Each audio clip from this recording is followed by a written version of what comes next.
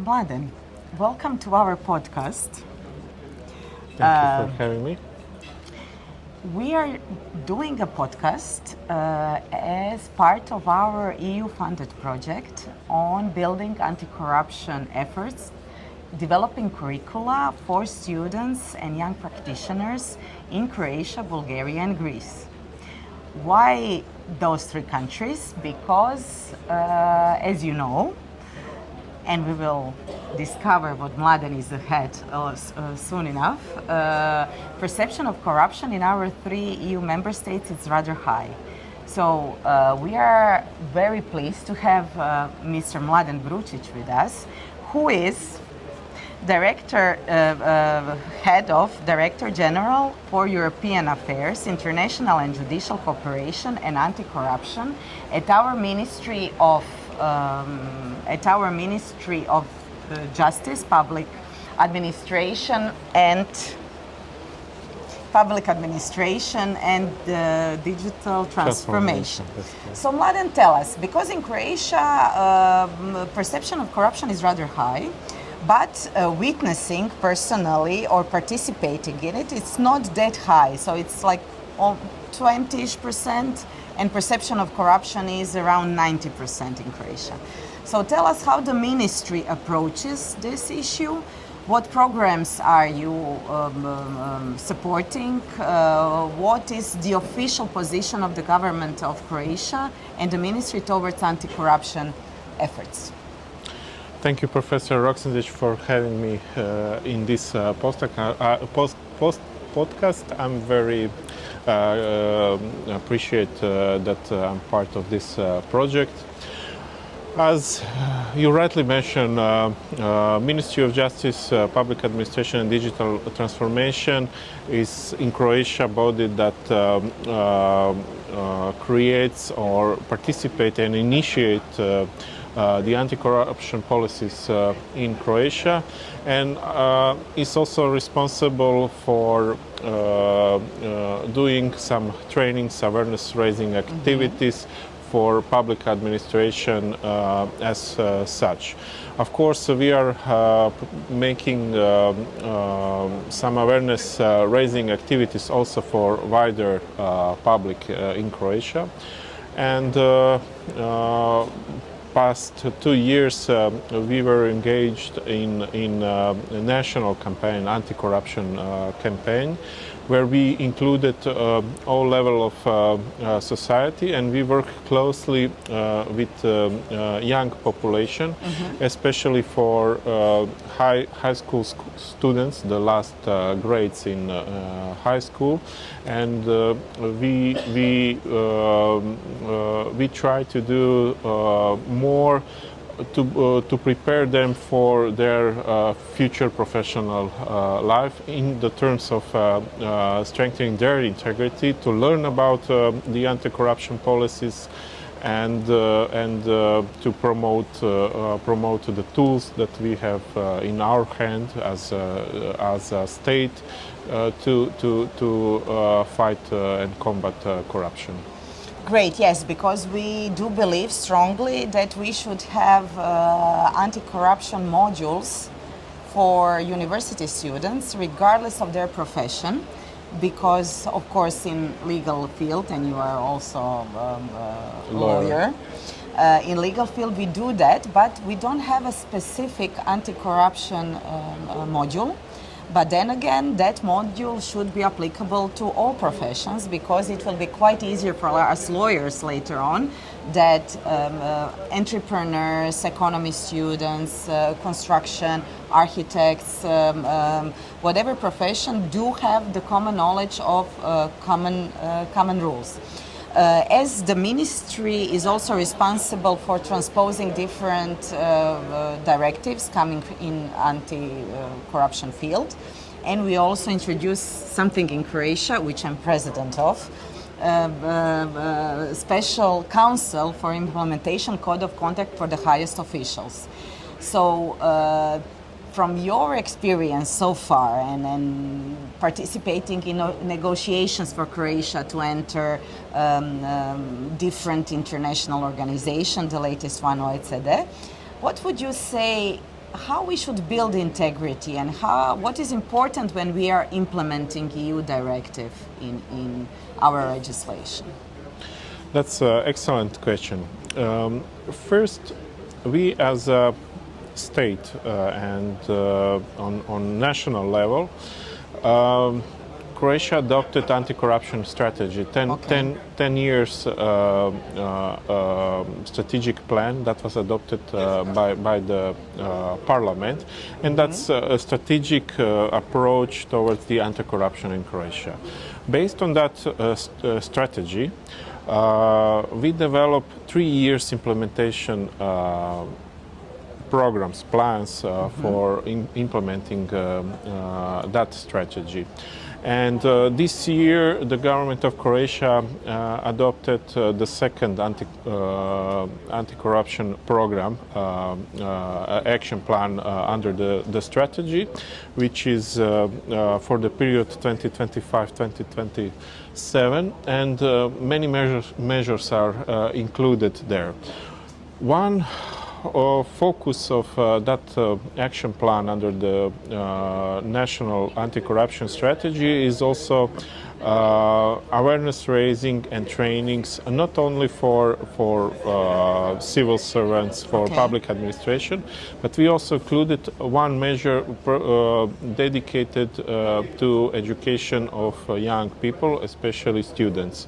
And it is foreseen that we will be engaged more with faculties in Croatia. That's good to hear. To include in their programs certain seminars or lectures on our anti-corruption framework and anti-corruption tools. Over the past 20 years or quarter or century already, we build a strong network of institutions, not only in repression part, that's so-called USKOK vertical, so the specialized prosecutor office for combating corruption and organized crime, police, specialized police department and departments at the court, but we also develop a network of anti-corruption institutions. The latest of those anti-corruption institutions is Implementation Council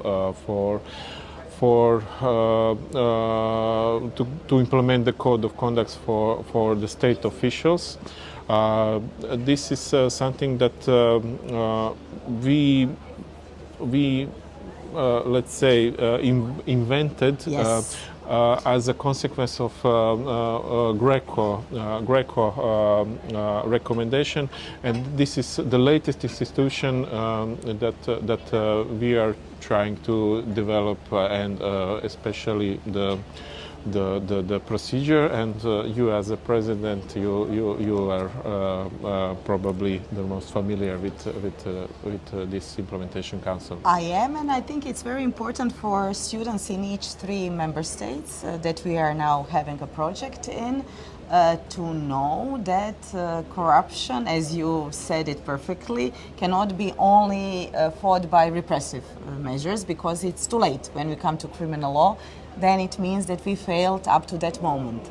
That's why we have to strengthen in the same time, we are not stopping with repression, definitely, but to strengthen prevention mechanisms. Okay, maybe our dear students, we will have different exercises based on different cases on political white-collar crime that we want to prevent in this module. But tell us, Mladen, how it is to be a diplomat, how it is to do what you are doing, what is the benefit of your position? Are you satisfied with it? Maybe we should make our students aware that they cannot only be lawyers in practice or big legal counselors in private business, but actually to work for the state in anti-corruption, international implementation, how it is. And just for you to know, we are now at a State of the Party conference to UN Convention Against Corruption. So you are also heading delegation here together with our ministry. How it is to be you in this position and work for anti-corruption efforts of Croatia?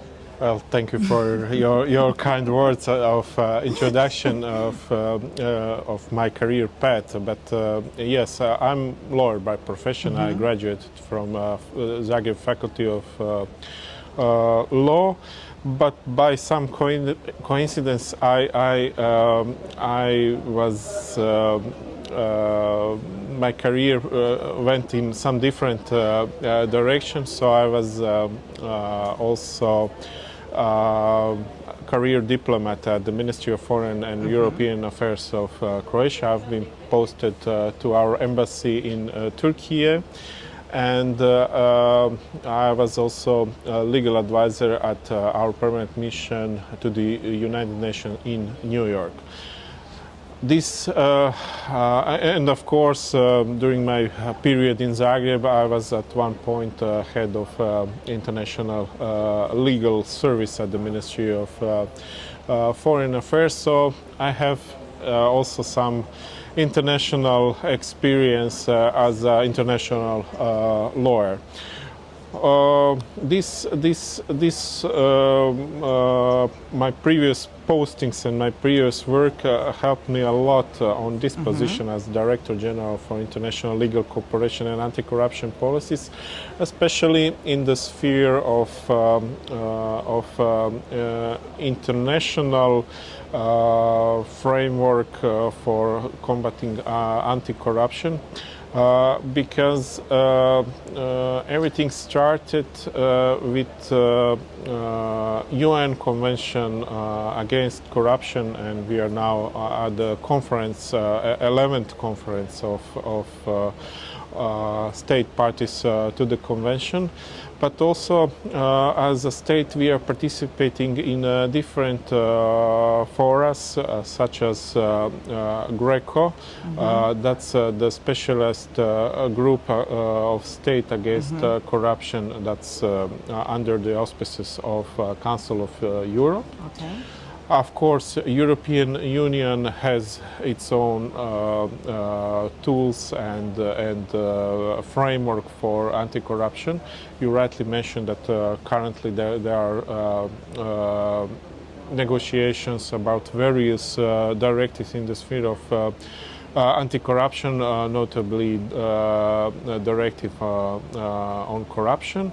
And of course there is the OECD and especially working group on bribery in international business transaction. That was the latest instrument that Croatia ratified in 2023. Okay. So we are now also state parties to that important instrument.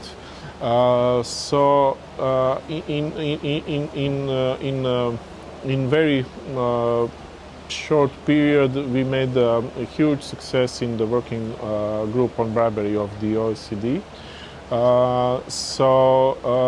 Now the OECD made evaluation of our not only legal framework, but also our practices, not only in the sphere of repression, but also in the sphere of prevention. So this story will continue, of course, not only in OECD but also in GRECO and other forums as European Union's or European Commission's Rule of Law report. That's the tool that European Commission is exercising each year, and we are now in the process of preparing data for the next year report. It sounds very interesting from the career path. Of course it is very important as we are doing the project on it. So I want to congratulate you for the successes that we did in last period. We have to mention that as well. Of course we have issues with corruption, but we also have successes, so we shouldn't avoid mentioning it. And for our students, great that you're here as well. for the possible career path, it should not be only maybe in direct defense or prosecution of anti-corruption crime. You can also participate in policy making. So Mladen, again, thank you very much. Thank you also. Yeah, glad to have you. Thank you.